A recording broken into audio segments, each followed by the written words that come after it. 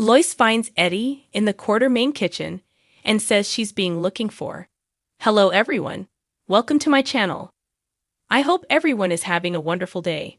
Before starting the video, please go ahead and hit the subscribe button and give this video a like up.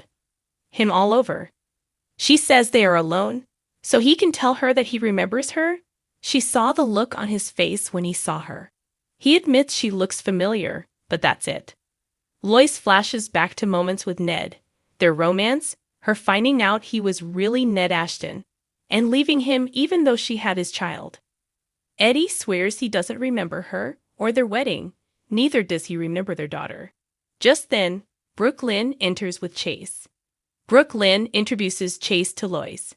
She is thrilled to see how happy they are together and tells Chase he should feel honored as her daughter doesn't settle for just anyone and she always follows her heart.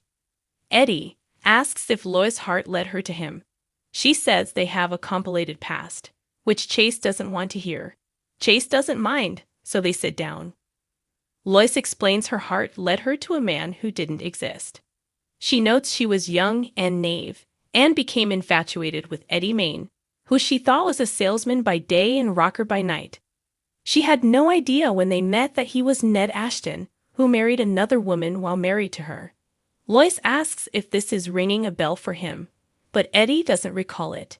He says he is not living a double life now, and he is sorry for who he was and how he treated her. Lois says her Eddie was an alter ego, but he isn't. So how many Eddies are inside him?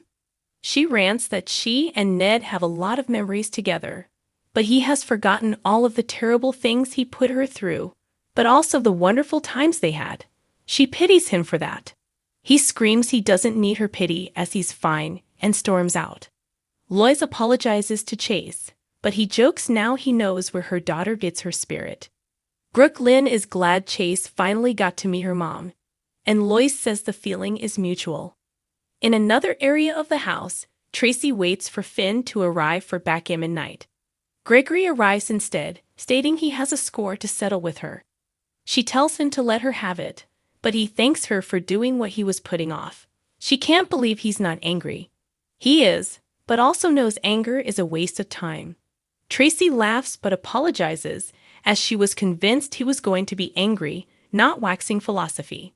She sees anger as an asset she can channel into something useful.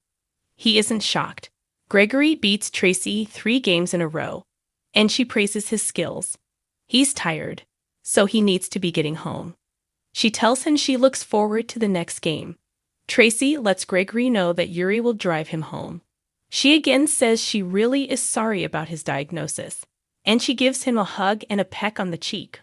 On the next General Hospital, Tracy tells Lois she's wrong. Curtis tells Portia she may not be able to help him get past this. At the hospital, Jordan tells Downton not to go into that room and stay away from the patient. Austin checks on Mason, who is on a ventilator, and says he's in the hospital and needs to wake up. Joss asks Dex how close he came to going over the cliff. Carly calls someone and says Ava's kidnapping isn't the worst of it. Sunny and Nana continue their honeymoon.